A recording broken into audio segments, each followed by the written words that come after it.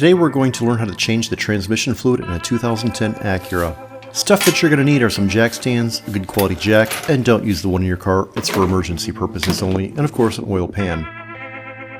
Supplies you need are of course some automatic transmission fluid. I'm using genuine Honda, right from the dealership, and I actually bought 10 quarts because I'm going to be doing this 3 times. Like the owner's repair guide says, basically I will change the transmission fluid, drive it for a day, change it, drive it for a day, and change it again, just to get all the junk out of my system. You're also going to need a 17mm 6-point socket. Do not use a 12-point, otherwise you'll risk rounding the points of your drain or your fill plug off, and that's trust me, that's a very, very bad thing.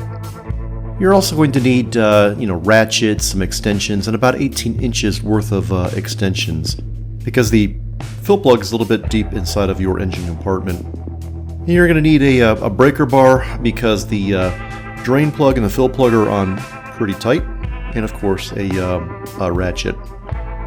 You'll also need a torque wrench, and I'll tell you what the torque settings are in a little bit. And if you're like me, you're probably going to want to wear some gloves, some glasses, and of course don't forget a long filter funnel to put the fluid back in your transmission.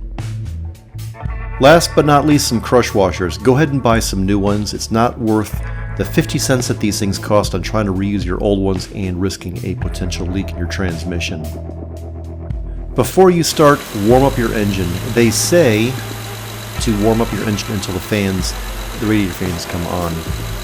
Your fill plug is way in the back behind your intake duct. You can actually touch it with your finger, and if I zoom up here you can see exactly what that plug or the bolt looks like. I've actually got it removed at this point in time.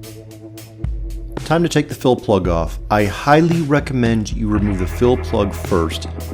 If you try to take off the drain plug and you drain your fluid and you can't get the fill plug off, you're up a creek.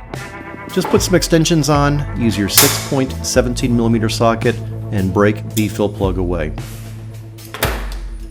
Underneath the car, I've got my car jacked up, of course. Here's the drain plug that we're going to be removing. The 3/8" socket fits right into the drain plug. Now there are some other plugs underneath the car that look exactly like this one here on the differential. There are one for the drain and one for the fill. You don't need to mess with these at this point in time. Just remove the drain plug for the transmission.